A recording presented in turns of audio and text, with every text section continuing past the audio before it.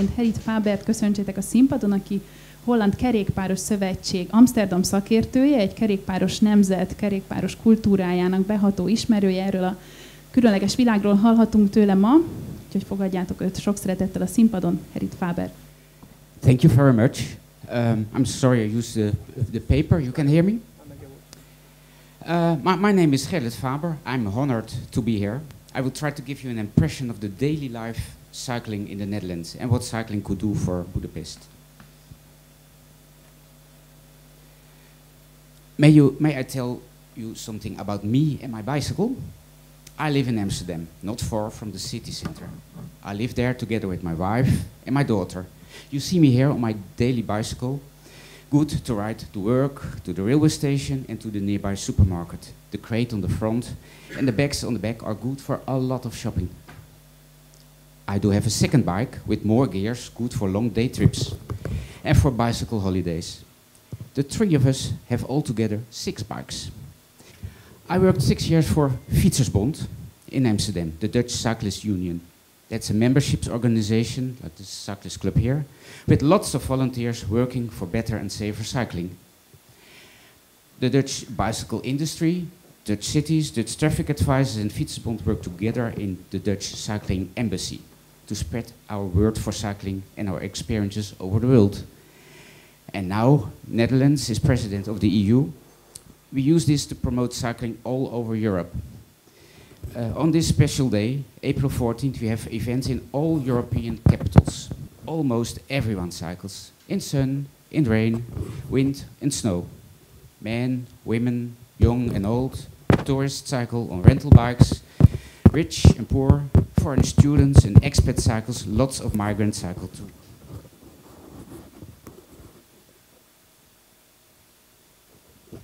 And even the royal family cycles, and not just for the picture. Now, 50 years ago, and as our ambassador said, 100 years ago.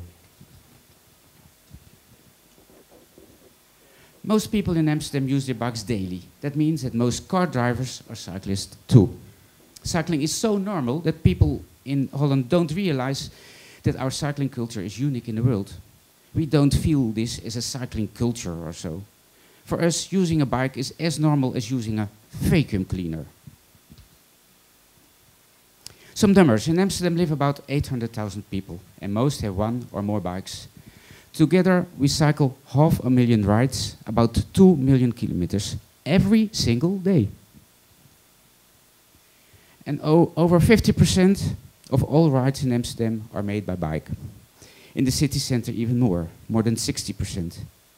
In Budapest, it is still 2%, but this can grow, like in many other European cities. And why does the city of Amsterdam encourage cycling? Why invest money in cycling? Bicycle infra is not cheap, but it's far cheaper than for car or for public transport. Investments for cyclists are super effective. Cyclists save money for the city. And it is the cheapest way to reduce air pollution, to reduce congestion. You get the city safe for children and safe for the elderly. You make the city more attractive and improve livability. And attractive cities are good for tourism and for the economy. Shopkeepers know. This is bikeonomics. I don't see cycling as an end. It is a means. My first personal motivation is to make cities more livable and attractive for people. By the way, I hope the mayor of Budapest will see this as well. I bet he doesn't want a congested city. He doesn't want fat inhabitants, dangerous streets for kids, or an unattractive city for tourists. But why do the people in Amsterdam cycle?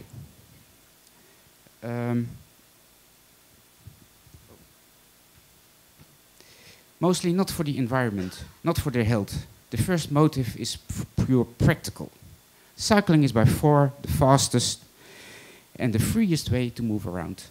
Most trips are short, usually not more than a few kilometers.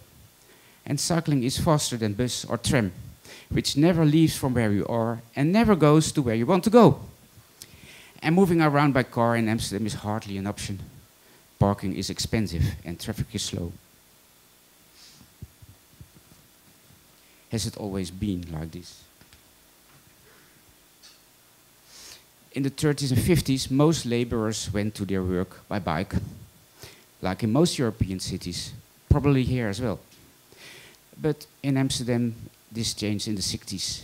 Economy grew, the number of cars exploded in the name of progress.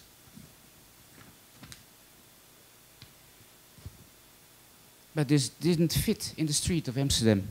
There were plans for large-scale reconstructions of the city with huge highways. Meanwhile, the fatality rates climbed dramatically.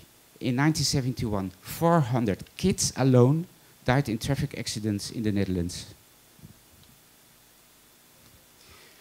But from the 70s on, all kinds of protests came for peace, for a better world, and for renovating neighborhoods instead of demolishing it. There were parents who wanted safer streets for their kids, like a group called Stop Child Murder. And there were big protests of the remaining cyclists, like this one on the Museum Square. And activists painted cycle paths on the street.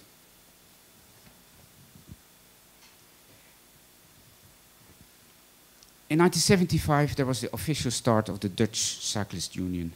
And after all these different movements, a political change came. From that moment, the Cyclist Union worked together with the city.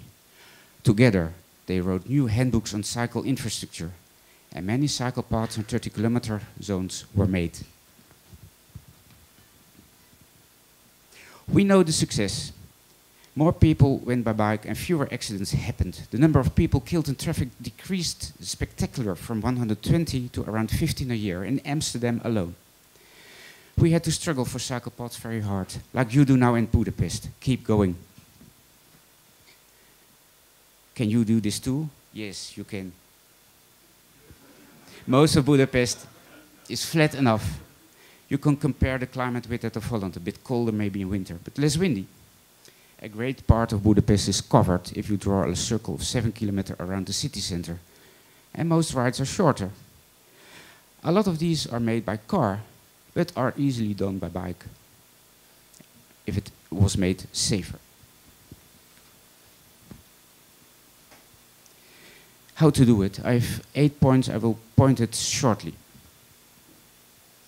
A great plan for cycling alone won't work enough. You have to find smart solutions that are a win for all kinds of transport. But sometimes car, public transport, bike and pedestrians are competing. There's limited space and money. Then choices are needed. So you need a mobility plan that is integral for all modes of transport. And bike and public transport should be the heart of the plan. Find win-wins and make choices. In the morning, many Dutch people cycle from home to the railway station. Park their bike there, take the train and walk the last mile to the work or use a second bike. This is chain mobility.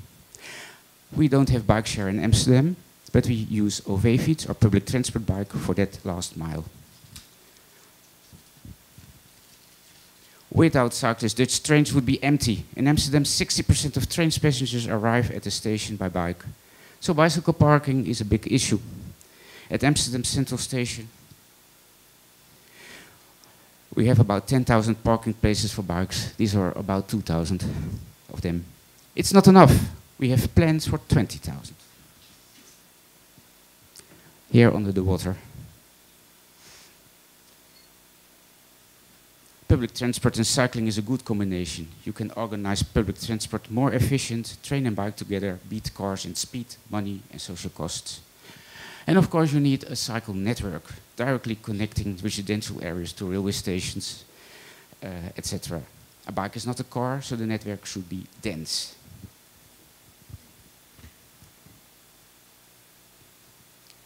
It should be good and safe.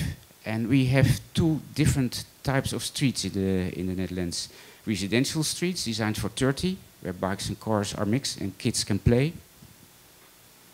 And 50-kilometer streets, and they should have cycling facilities.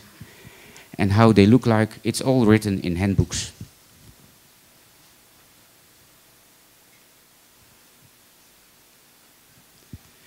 Keep your city compact. Have all facilities in walking and cycling distance from home. We have supermarkets in every neighborhood, no hypermarkets.